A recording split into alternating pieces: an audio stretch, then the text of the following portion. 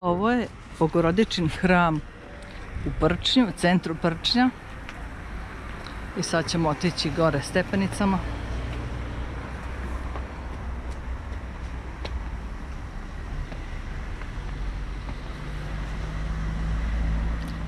A i tu bi moglo malo bolje da se održava, ali što da se radi, tako je kako je. Kako meštani stignu i urade i mesna zajednica.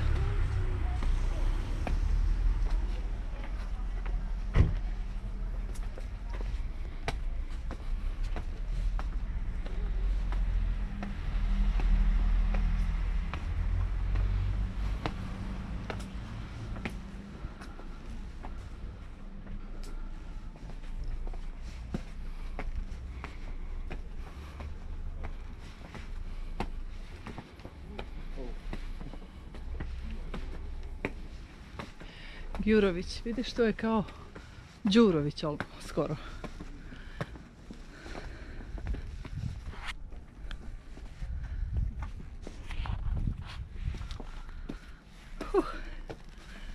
Lijepo penjanje i sve lepši pogled na boku.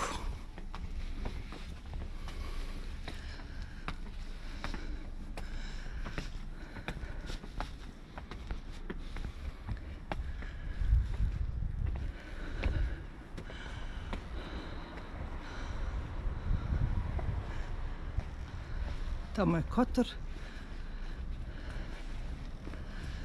a tamo dole